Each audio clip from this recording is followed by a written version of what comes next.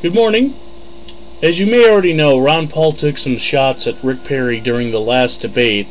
I'll show some of those jabs here in just a minute. But the main context of this video is during the break, after Ron Paul degraded Rick Perry's manhood a little bit, Rick Perry went after him quite physically. And there's some photos going around of that, and I'll show those here in just a minute. Check out why Rick Perry, may have physically assaulted Ron Paul during the break, but not physically assaulted, but, they were definitely inside of each other's personal bubbles. So here's what Ron Paul said about Rick Perry, and then I'll show the photos afterwards. But you sure weren't going to ask me any medical questions. But I would like to address that just a little bit. First off, the governor of Texas criticized the governor of Massachusetts for Romney Care, but he wrote a really fancy letter supporting Hillary Care. So we probably ought to ask him about that. But mandates, that's what the whole society is about. That's what we do all the time. That's what government does. Mandate, mandate, mandate. And what we talk so much about the Obama mandate, which is very important. But what about Medicare? Isn't that a mandate? Everything we do is a mandate. So this is why you have to look at this at the cause of liberty. We don't need the government running our lives. And I do want to address the subject of $2 oil or gasoline, because I can do much better than that.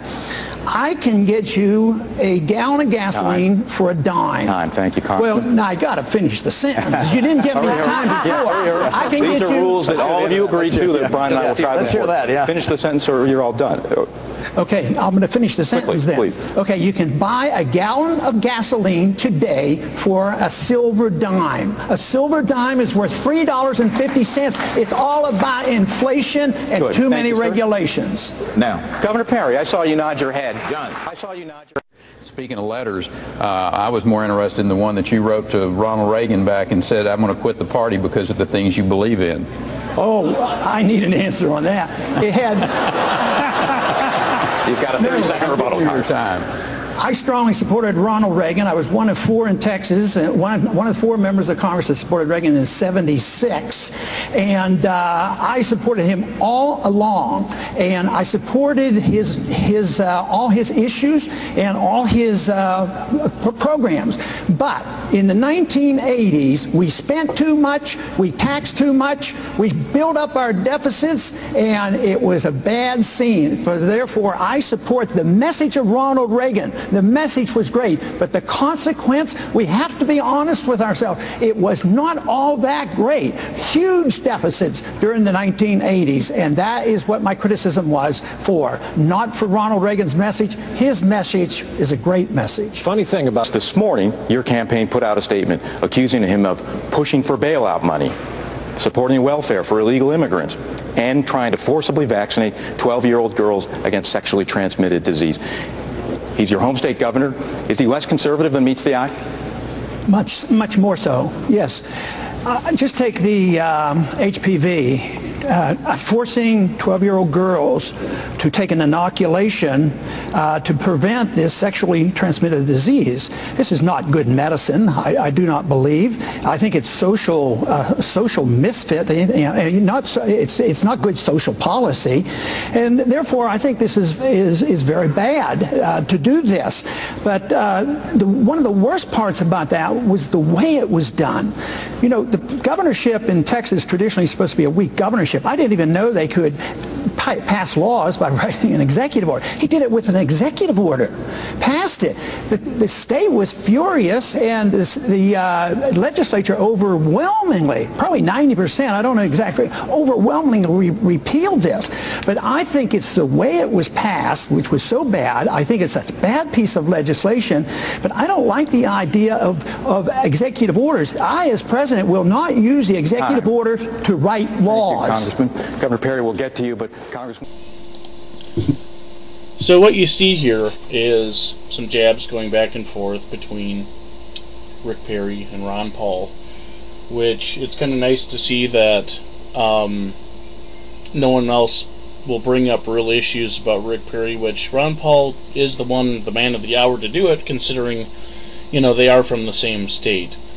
But going on, these pictures were taken after a break, and it was kind of, it looked a little physical or whatever, and people were saying that there was a possibility that these photos were photoshopped by Ron Paul supporters, or, you know, that these, you know, shouldn't really be considered too legitimate, although I don't know how you Photoshop someone's, you know, arm wrapped around another person's arm, or, you know, them both standing behind the same podium. But to go on further than that, Fox News just released a video, or not a video, but they addressed this altercation, which kind of proves that it did happen. Okay. There was one moment last night, Bill. There was one moment last night in the debate that you did not see, and it's interesting because it's telling. There's a real blood fight going on between Ron Paul, the congressman from Texas, and Rick Perry, the governor of Texas. And at one point during an ad break, Perry walked away from his podium, went over to Ron Paul, shook hands, grasped Ron Paul's wrist with another, and really got in his face. We may never know what was said, but Paul has been saying that Rick Perry isn't a true conservative, pointing out that Perry was a Democrat, and the public didn't see it last night, but Rick Perry gave him an earful last night. Yeah, I don't know why, because, I mean, with all due respect to the congressman, you know, he's not really a factor. And we had this last night on our program. He's entertaining, he's a gadfly, he has some good ideas, but he has no shot. So for Rick Bill, Perry... can I address... Go ahead, Carl. Go ahead. Go ahead.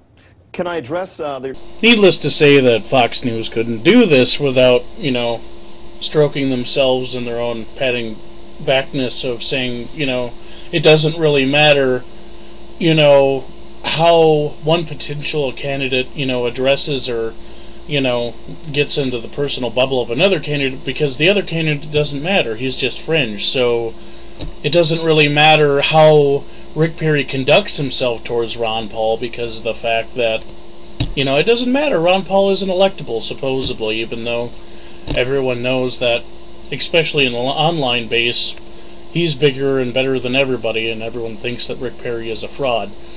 But, you know, I think it's probably important to address Rick Perry's trip to Switzerland, and, you know, that's probably why the media is just kind of writing this off as, oh, well, it's only Ron Paul anyway, right? So, anyway, thank you for watching. Please rate, subscribe, or, you know, troll me, whatever you want to do. So, thank you. Have a good day.